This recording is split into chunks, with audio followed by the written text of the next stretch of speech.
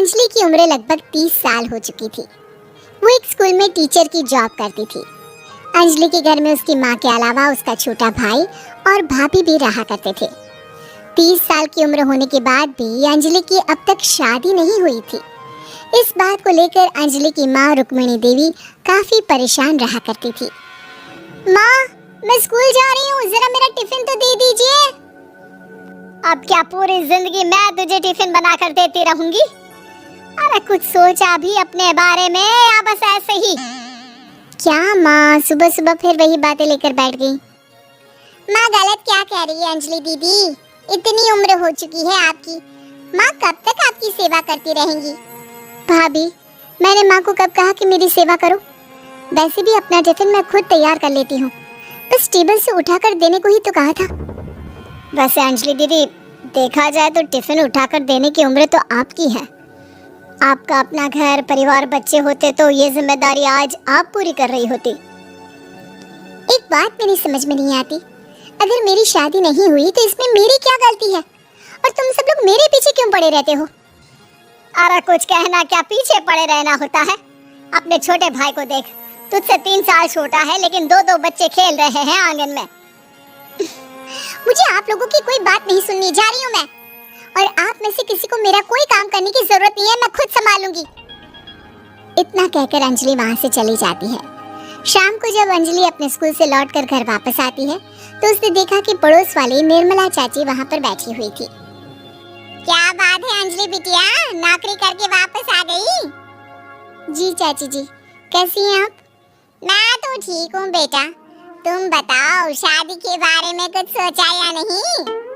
अरे रहने दीजिए ना, इससे तो शादी की बात करना ही बेकार है। कुछ भी कहो तो गुस्सा करती है, बात बात पर आंखें दिखाती है।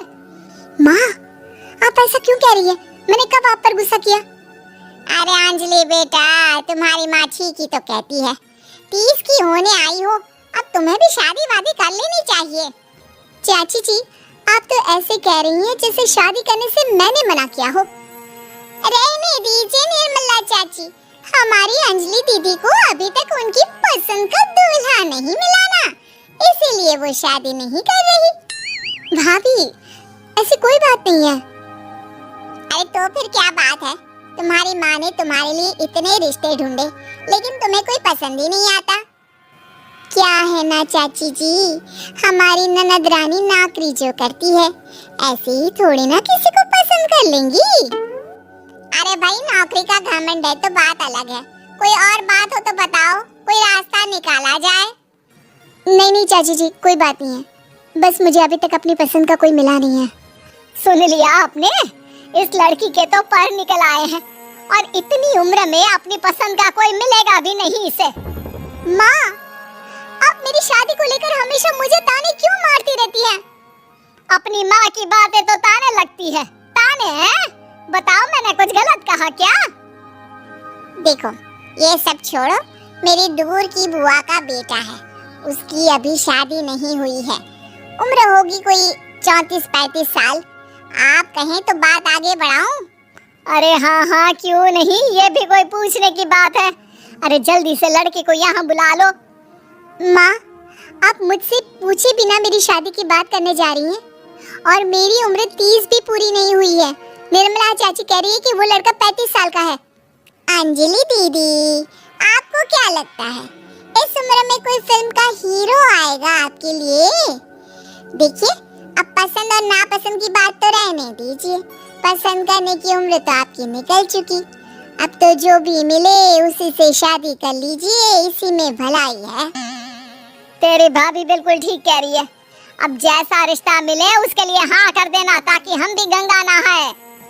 ठीक है, चलिए मैं उस लड़के को कहती हूँ, वो कल ही अंजलि को देखने आ जाएगा।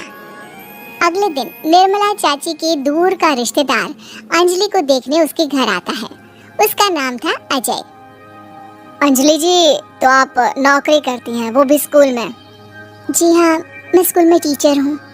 हमारी बेटी बहुत होशियार है। अरे पढ़ने लिखने में इतनी होशियार है, इसीलिए तो इसकी नौकरी लगी है स्कूल में। हाँ हाँ ठीक है आंटी जी, जरा मुझे भी तो बात करने दीजिए आपकी बेटी से। जी पूछिए ना, क्या पूछना चाहते हैं? अंजलि मैडम, ये तो बताइए कि आपने अभी तक शादी क्यों नहीं की? बस ऐसे ही, कहीं कोई रिश्ता पसंद नहीं आया इसलिए। लेकिन क्या मैं आपसे पूछ सकती हूँ कि आपने शादी क्यों नहीं की? अंजलि, क्या कर रही हो तुम?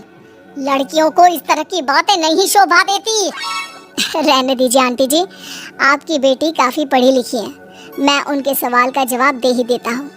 वो क्या है ना, मुझे भी अभी तक अपनी पसंद की कोई लड़की नहीं मिली। अच्छा, कोई बात नहीं। वैसे आपकी तनख्वाह कितनी है? कितना कमा लेती हैं महीने का? जी यही कोई 25,000 महीने। बस 25,000? इतने से क्या होता है? इतने से तो आजकल घर भी नहीं चलता। आपके कहने का क्या मतलब है? अरे मैं तो ये सोच कर आया था कि नौकरी वाली लड़की है, आराम से 40,000 कमाती होगी। माफ कीजिएगा, आपका और मेरा रिश्ता नहीं हो सकता। जी कोई बात नहीं, मुझे भी आपके साथ शादी करने में कोई इंटरेस्ट नहीं है। अंजलि, किस तरह की बात कर रही हो? घर आए रिश्ते को ठुकरा रही हो तुम। दीदी, अब इस उम्र में आपको इतनी अकड़ नहीं दिखानी चाहिए। अच्छा खासा रिश्ता हाथ से निकल गया, कहीं ऐसा ना हो कि जिंदगी भर कुंवारी ही रह जाओ आप।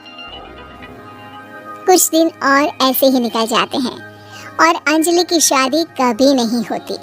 अंजलि के परिवार वाले बिंदास उसे ताने मारते रहते हैं, लेकिन अंजलि एक बड़ी नौकरी की तैयारी करती है और उसमें सिलेक्ट होने के बाद अंजलि को एक बहुत बड़ी नौकरी मिल जाती है। अब तो दीदी के नखरे और भी ज्यादा बढ़ जाएंगे भाई, अब तो इतनी बड़ी नौकरी जो लगी है। अब इनकी शादी होने से रही। माँ, मुझे नौकरी के लिए दूसरे शहर जाना पड़ेगा। आप जानती हैं ये बहुत बड़ी जॉब है और इसमें पैसे भी बहुत ज्यादा मिलेंगे। अच्छा, कितने पैसे मिलेंगे बेटा? माँ, मुझे हर महीने 90,000 सैलरी मिलेगी। क्या? अरे वाह वाह, ये तो बहुत अच्छी बात है। लेकिन फायदा क्या? कितने भी पैसे मिले, शादी तो हुई नहीं ना तुम्हारी। अंजलि नौकरी करने के लिए दूसरे शहर में चली जाती है और जब कुछ महीनों के बाद वो वापस घर आती है तो उसे अपने पति के साथ देखकर उसके घर वाले हैरान रह जाते हैं। अरे अंजलि, तूने शादी कर ली और हमें बताया तक नहीं। और दामाद जी करते क्या हैं? इतनी बड़ी कार है उनकी। माँ, मैं आपको सब कुछ बताना चाहती थी, लेकिन आप सबके ताने सुनकर बहुत दुखी हो गई थी और इसलिए मैंने अपनी पसंद से शादी कर ली।